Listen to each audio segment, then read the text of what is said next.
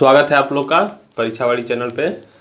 हम लोगों ने कल लोकसभा उपाध्यक्ष के बारे में पढ़ा था। आज हम लोग राज्यसभा के सभापति और उपसभापति के बारे में पढ़ेंगे।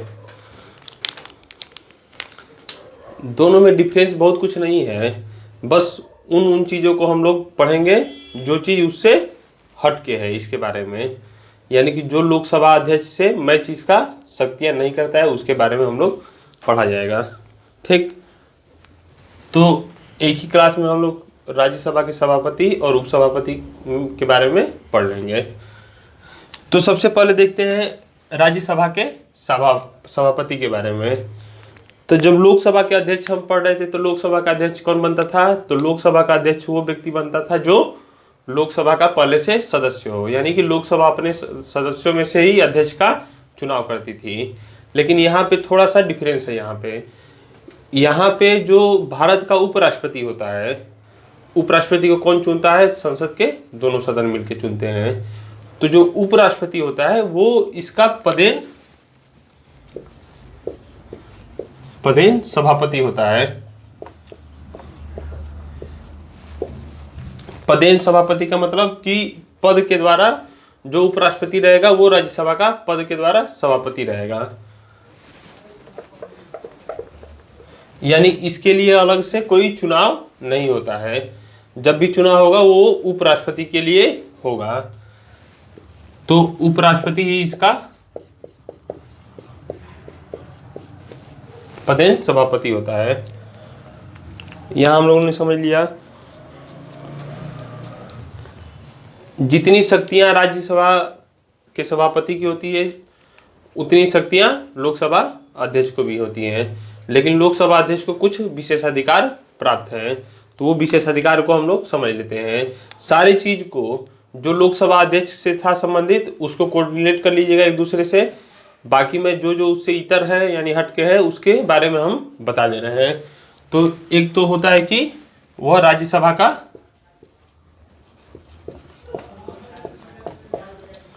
सदस्य नहीं होता है, लेकिन लोकसभा अध्यक्ष लोकसभा का सदस्य रहता है। दूसरा इसका ये है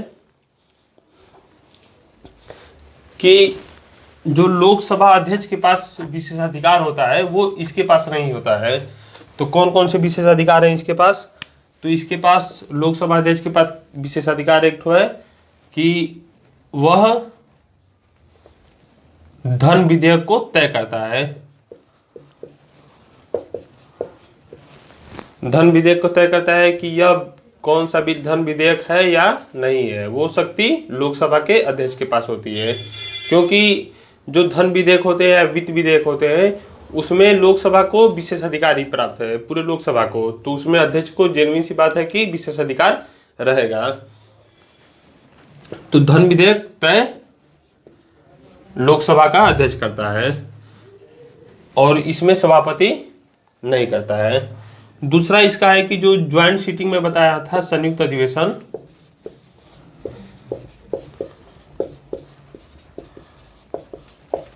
उसकी जब बैठक होती है तो उसकी अध्यक्षता, देखिए पहले मैं ज्वाइंट सीटिंग को समझा ही देता हूं। संयुक्त अधिवेशन में क्या होता है कि दोनों सदन आपस में मिल जाते हैं, एक सदन बन जाते हैं, यानी लोकसभा राज्यसभा मिलके एक सदन बन जाएंगे। तो पूरी सदस्य संख्या कितनी हो जाएंगी? 550 प्लस 250, तो करीब 700 के करीब संख्या हो जाएंगी इनकी, 800 के करीब। तो 800 सदस्य मिलके अब वोटिंग करेंगे। उसमें से यदि बहुमत जो 400 मान लीजिए पा जाता है, 401 सीट, वो तो बिल को पास करा जाता है। तो इसमें लोकसभा को फायदा मिलता है। क्यों फायदा मिलता है? क्योंकि इसकी सदस्य संख्या ज़्यादा होती है।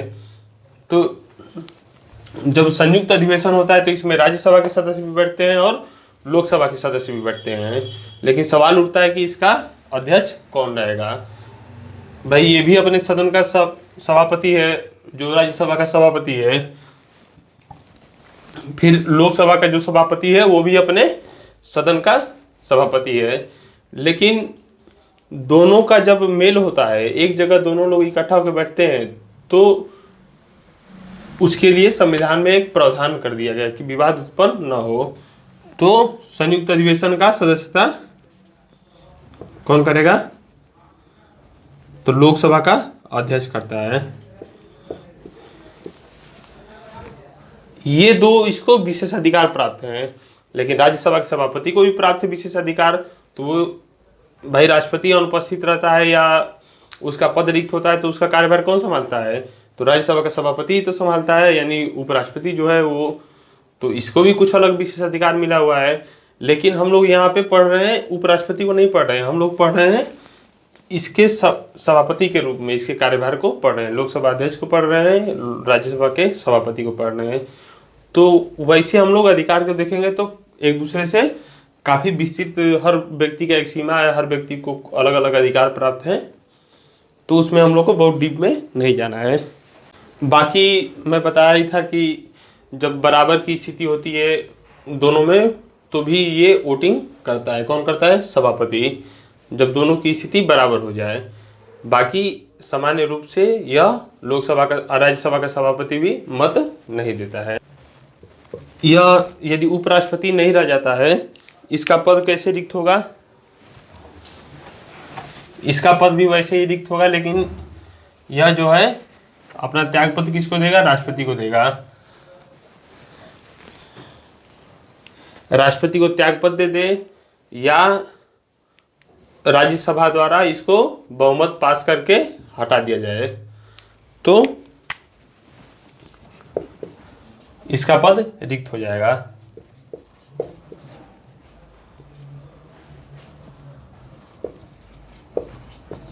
राज्यसभा का जितना सदस्य संख्या यानी 250 है, उसमें से 126 सदस्यों ने रिजोल्यूशन पास कर दिया कि यह आज से उपराष्ट्रपति नहीं रहेंगे। चुनने में ये लोग दोनों चुनते थे, लोकसभा राज्यसभा मिलकर चुनते हैं, लेकिन हटाने के लिए केवल राज्यसभा के पास इसका वो है, केवल लोकसभा से केवल परमिशन भर लिया जाता है। लेकिन ऐसी सूचना इसको भी 14 दिन पहले देनी पड़ेगी। वो इसको हटाने की जो प्रोसीजर है, इसको उपराष्ट्रपति में हम लोग बाकायदे पढ़ चुके हैं। ठीक, तो इसमें बहुत हम लोग को नहीं जानना है।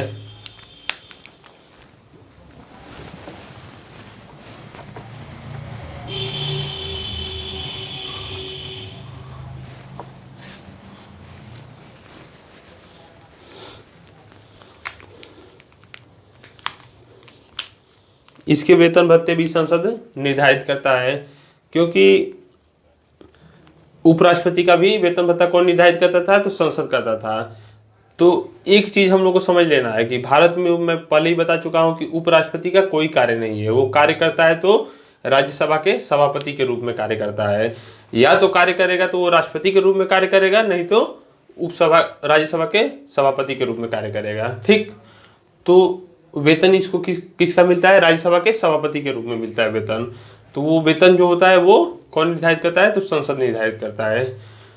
ठीक,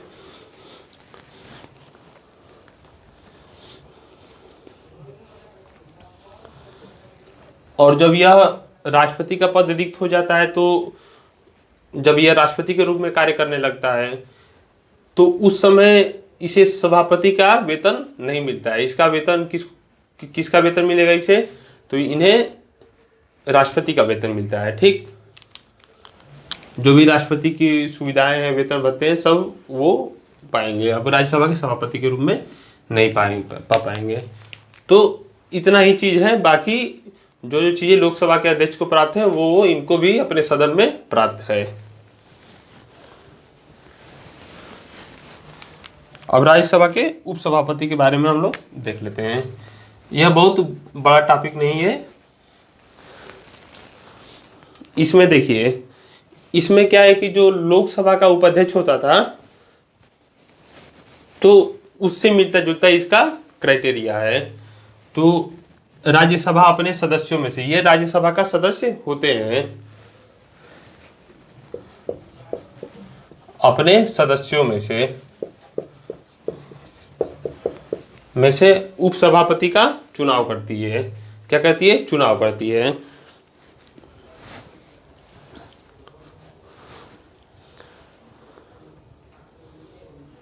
और जब इसका पद रिक्त हो जाता है तो अपने सदस्यों में से एक नए उपसभापति को चुन लेती है। तो जो इसका पद रिक्त कैसे होगा, तो जैसे लोकसभा के उपाध्यक्ष का पद रिक्त होता था वैसे ही इसका भी होगा, लेकिन वहां पे क्या होगा कि वहां लोकसभा का सदस्य नहीं रह जाता है, तो यहाँ राज्यसभा का यदि वो सदस्य नहीं रहता है,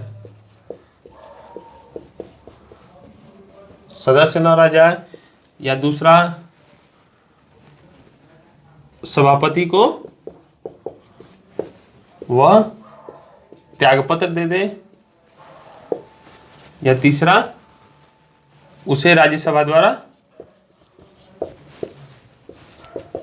बहुमत से हटा दिया जाए।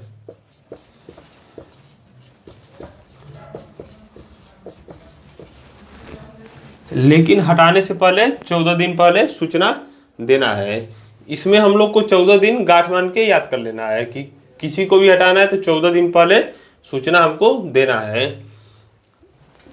तो यहाँ पे ये चीज हो गया है।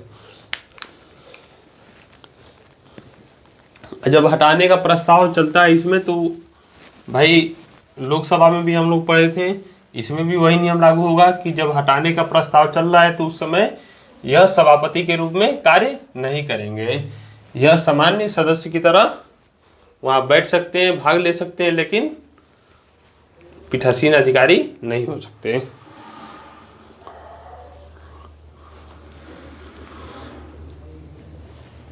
इसके उपसभापति का भी वही कार्य होता है जो लोकसभा के उपाध्यक्ष का कार्य होता है। तो इसमें क्या होता है कि जब सभापति अनुपस्थित रहता है या सभापति राष्ट्रपति के रूप में कार्य करता है, तो उस समय सदन का कार्यवाही का पीठासीन अधिकारी कौन होता है, तो ये उपसभापति होता है, वही सभा का सभापतित्व करता है। और दूसरी चीज की, जैसे लोकसभा का अध्यक्ष का अधीनस्थ उपाध्यक्ष नहीं था, उसी प्रकार राज्यसभा का उपसभापति भी सभापति का अधीनस्थ नहीं है। क्या नहीं है? अधीनस्थ नहीं है। यह भी लोकसभा का जो उपाध्यक्ष था वो सीधे कहाँ जिम्मेदार था, तो लोकसभा के प्रति। तो ये राज्यसभा के प्रति सीधे जिम्मेदार होगा। कौन जिम्मेदार होगा? तो उपसभापति, क्योंकि भाई ये राज्यसभा ही से चुन रही है, राज्यसभा ही से हटाएगी, तो वो जिम्मेदार सीधे राज्यसभा के प्रति होगा। यदि वो सभापति के रूप में कार्य नहीं कर रहा है, तो ऐसी परिस्थिति में वो एक सामान्य सदस्य की तरह सदन में बैठेगा, भाग लेगा, वोटिंग करेगा, तो एक सामान्य सदस्य रहेगा। लेकिन जैसे ही सभापति अनुपस्थित होते हैं, उस समय सेकंड वरीयता के क्रम में इनको स्थान दिया जाता है सभापति के रूप में। फिर एक उपसभापति का पैनल भी होता है। क्या होता है? पैनल। राज्यसभा के उपसभापति पैनल। लोकसभा में कौन सा पैनल होता था? तो वो अध्यक्ष का पैनल होता था। लेकिन इसमें किसका पैनल होता है? तो उपसभापति का पैनल होता है। तो उपसभापति के पैनल भी उपसभापति चुनता है अपना। तो ये पैनल भी ठीक वैसे ही काम करता है जैसे लोकसभा के अध्यक्ष का पैनल काम करता है। यानी कि सभापति की अनुपस्थिति में उपसभापति कार्य करेगा, उपसभापति की अनुपस्थिति में ये पैनल के सदस्य कोई कार्य करेंगे सभापति के रूप में। यदि ये भी अनुपस्थित रहते हैं तो उस समय राज्यसभा अपने सदस्यों में से किसी एक को चुनेगी। ठीक, एक सदस्य उसका वो करेगा, सभापति के रूप में कार्य करेगा। अब बाकी यदि सभापति का पद भी रिक्त हो जाता है, ये अनुपस्थिति के दौरान की बात बता रहा हूं मैं, रिक्त होने में आप लोग समझ रहे होंगे कि वो अपने पद पे ही न रह जाए। अब ऐसी परिस्थिति होती है यदि उपसभापति का पद रिक्त हो गया है उस समय, तो ऐसी परिस्थिति में राज्यसभा का सभापति यदि नहीं रहता है तो उसका कार्यभार कौन संभालेगा? तो राज्यसभा किसी को चुनेगी जब तक कि नया चुनाव नहीं हो जाता। लोकसभा में क्या था सिस्टम कि राष्ट्रपति चुनता था नए चुनाव की अवधि के लिए, लेकिन यहाँ पे राज्यसभा स्वतः ही चुन लेगी, किसी एक को सभापति बना देगी। अब पैनल वहीं से हट जाएगा जहां उपराष्ट्रपति उपसभापति का पद रिक्त होता है ऐसी परिस्थिति में। ठीक, बाकी इसको भी वेतन जो भत्ता होता है वो भारत की संचित निधि में भारित होता है और संसद द्वारा तय किया जाता है। किसके द्वारा? वेतन भत्ता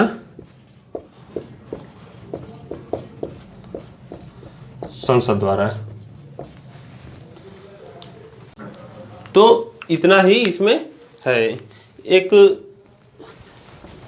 संसदीय सचिवालय होता है, उसके बारे में भी जान लीजिए। बस इतना जान लीजिए कि संसदीय सचिवालय ये किस लिए होता है, तो एक लोकसभा का सचिवालय होता है, एक राज्यसभा का सचिवालय होता है, और ये दोनों सलाहकारी या कार्य जिसमें निष्पादित किया जाता है, उसलिए सचिवालय का गठन किया गया है दोनों के लिए।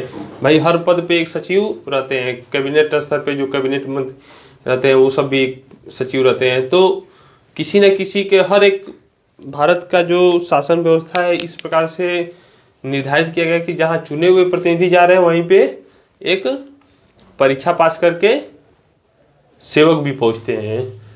तो एक निर्वाचित होता है, एक पढ़ा लिखा वहाँ पे ये होता है, अधिकारी होता है। क्यों होता है, तो वो सलाह के लिए होता है। दोनों का मिलीजुली रूप से देश में कार्य होता है। ग्राम प्रधान स्तर पे भी वीडियो देखेंगे, प्रधानमंत्री का जो सलाहकार होगा वो कैबिनेट सचिव होगा। तो इस प्रकार हर जगह सचिव का महत्व बनी हुई है। तो संसदीय में भी सचिवालय का एक ठो संस्था है। तो लोकसभा का एक सचिवालय होगा, राज्यसभा का, इसका अधिकारी कौन होगा, वो महासचिव होता है। ये भी क्वेश्चन पूछता रहता है कि लोकसभा का महासचिव कौन है इस समय, या राज्यसभा का महासचिव कौन है। तो इसको आप लोग देख लीजिएगा, ठीक।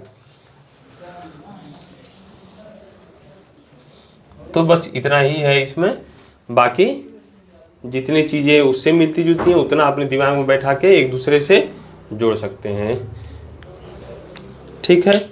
आज बस इतना ही, फिर कल हम लोग आगे की प्रक्रिया में संसद के कुछ और प्रारूप को पढ़ा जाएगा, प्रक्रिया को उसकी पढ़ा जाएगा, ठीक। धन्यवाद।